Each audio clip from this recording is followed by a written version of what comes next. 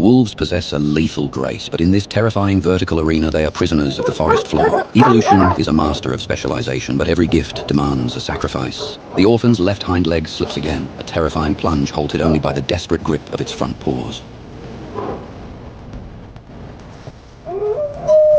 Nature offers no mercy to the small, only the harsh, silent judgment of endurance. A wolf's anatomy is permanently bound to the horizontal plane. As they leap and crash against the wood, their deep structural limitations are laid bare. Their spines are remarkably rigid, constructed to transfer sheer, explosive power directly into a devastating sprint. This necessary rigidity entirely denies them the flexible, twisting rotation required to navigate a vertical climb.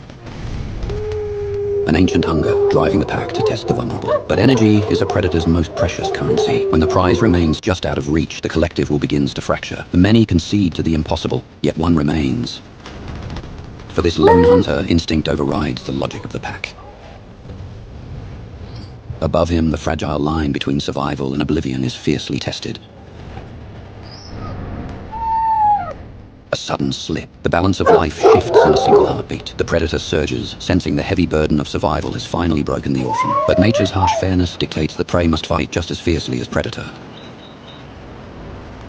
The wolf calculates the energy spent against the immovable resolve above. He understands when a battle is truly lost. He turns away, retreating into the endless woods. The young cub descends into a sudden, immense solitude.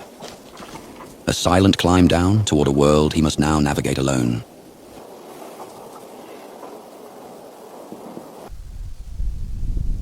Night casts its heavy, ancient shadow over the darkening woods. Yet, even in the deepest black, a single, fleeting spark draws the eye. A firefly, a fragile, dancing light against an overwhelming and infinite dark, to the quiet, fallen form of his mother. Yet the shape of this motionless body remains the absolute center of his world.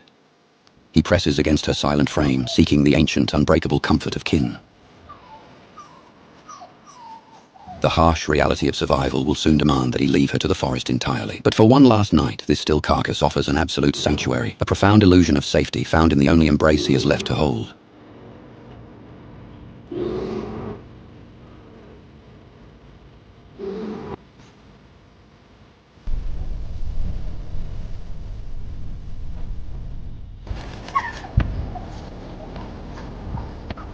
The young grizzly, withered by days of hunger, nuzzles the motionless form of his mother. Days without sustenance have reduced this young grizzly to fragile bone and fading shadow. He nudges a silent form, desperately seeking a warmth that has already surrendered to the earth. In the vast wilderness, grief is a silent, desperate wait for a miracle that will never come. A sudden sound fractures the quiet, and instinct drives him behind the only fortress he has ever known. But the scent of sorrow travels far on the mountain wind. A formidable female, guided by the profound olfactory senses of her kind, arrives with her own kin, drawn to the stillness. With an olfactory perception far more profound than our own, she reads the tragedy etched into the air.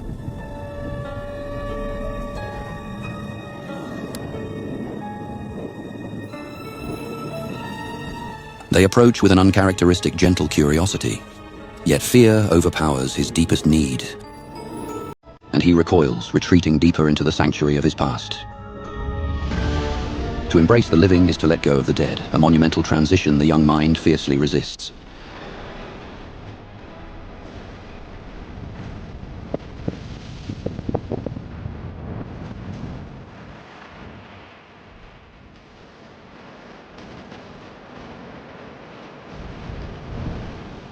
To witness the quiet harmony of another family is to feel the sharp, undeniable cold of his own solitude.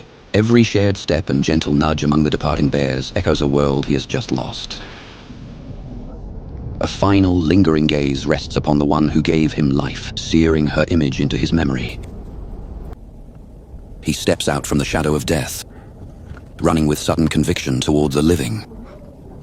There is no territorial rejection here, only an immediate, graceful acceptance into the warmth of the fold. In this unforgiving realm, shared bloodlines are often the only guarantee of tomorrow, but survival occasionally demands a beautiful exception to the ancient rules. Some families are destined, while others are chosen and handpicked from the very edge of despair.